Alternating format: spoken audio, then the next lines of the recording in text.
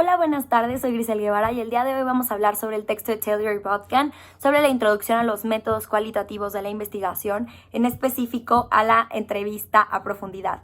Nos dice que en la entrevista cualitativa se dan tácticas específicas, estrategias que nos brindan un mayor conocimiento, es decir, a profundidad. Penny Hughes nos dice que la entrevista es una herramienta para excavar y que nos brinda conocimiento sobre la vida social, es un instrumento estructurado. Sin embargo, las cualitativas nos brindan mayor flexibilidad y dinamismo.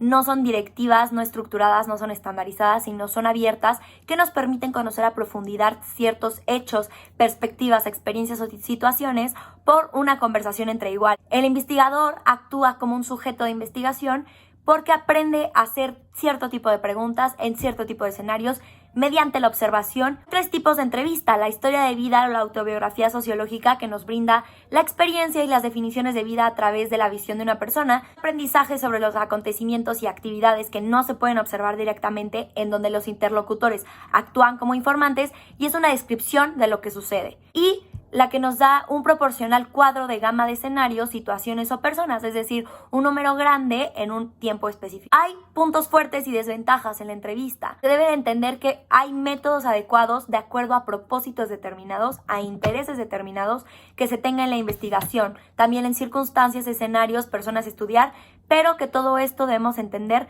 que tiene una limitación práctica. Es importante tener intereses de la investigación claros y definidos, entender el tipo de escenarios o las personas, entender que hay una limitación del tiempo. Una de las más grandes desventajas es que, como es una cuestión narrativa, son discursos enunciados, es más fácil que se den falsificaciones o distorsionamiento de la realidad en el intercambio verbal. Posee un propio equilibrio de revelación y ocultamiento. El entrevistador tiene que ser crítico para entender la validez fáctica de las descripciones de acontecimientos por parte de los informantes.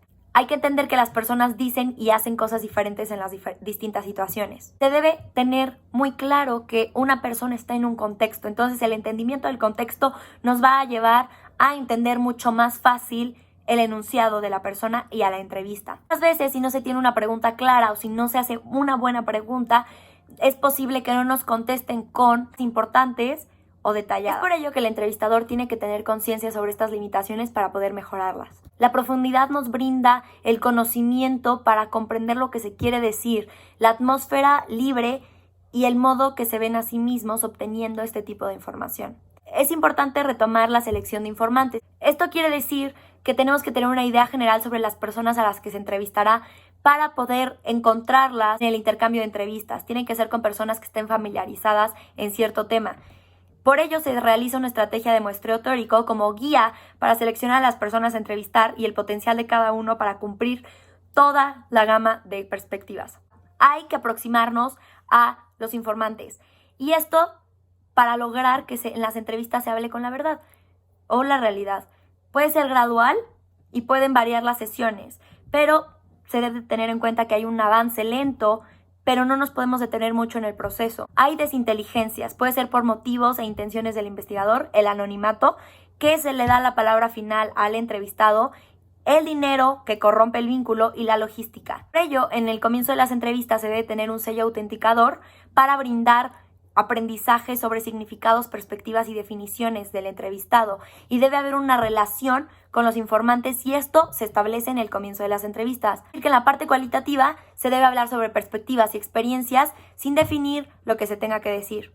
Deben realizar preguntas descriptivas, relatos solicitados, un cuaderno de bitácora también es factible, y documentos personales. Hay que tener una guía en la entrevista que son temas clave con ciertos números de informantes, es decir, el área general que se debe cubrir para la entrevista.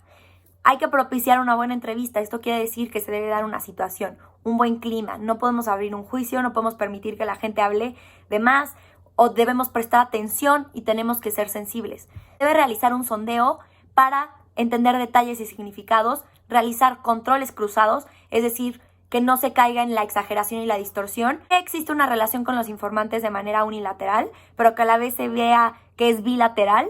Podemos utilizar entrevistas grabadas diario para el investigador.